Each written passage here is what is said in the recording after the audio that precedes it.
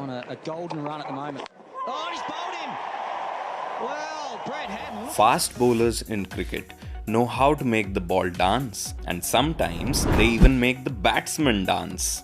This dancing ball or swinging ball is a nightmare for batsmen. But what is swing bowling? What is conventional swing? What is reverse swing? Bowlers might know this art quite well, but do you know there is a lot of hidden science behind it that they're using? Watch this video till the end to know all about it. Swing bowling is all about changing the direction of the ball mid-air. But what causes the ball to move sideways? A NASA scientist and cricket enthusiast, Rabindra Mehta, studied cricket ball aerodynamics for nearly 3 decades. His findings revealed the science behind swing bowling. Let us first understand the design of a cricket ball. A cricket ball is made up of a cork and is covered by a leather casing. The two halves of the ball are stitched by a string, and this is known as the seam. On both sides of the seam, the surface of the ball degrades with use. The fielding side will usually allow one side to roughen up while keeping the other side shiny. Why?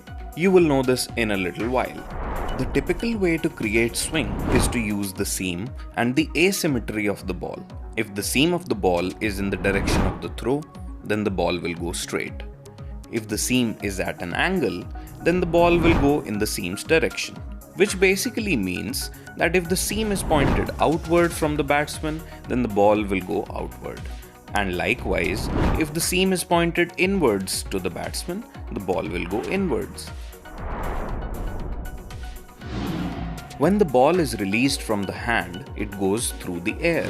The ball diverts the airflow in 2 directions, one towards the smooth side and the other towards the rough side. At the smoother area, the flow of air is smooth and is called laminar flow. On the other hand, when the air goes towards the other side, the ball's seam disturbs the airflow and makes the flow rough or turbulent. This creates an air pressure difference between the two sides. The pressure at the turbulent flow side is much lower than the pressure at the smoother side. The ball swings in the direction where the air pressure is low, and hence it will move with the seam. This type of swing is known as conventional swing. There is another type of swing bowling, which is known as reverse swing. To reverse swing the ball's rough side is faced towards the batsman. The ball diverts the airflow in 2 directions, one towards the rough side, which creates the turbulent flow, and another towards the seam side, which disturbs the flow of the air and makes the flow turbulent. But the turbulence at the rough side is more than the turbulence at the smooth side, and hence the air pressure at the rough side is less than the air pressure at the smooth side. This makes the ball swing opposite to the direction of the seam, and hence makes the ball reverse swing. There is one other type of swing bowling as well. It is called contrast swing. In this, the direction of the seam is in the direction of the throw.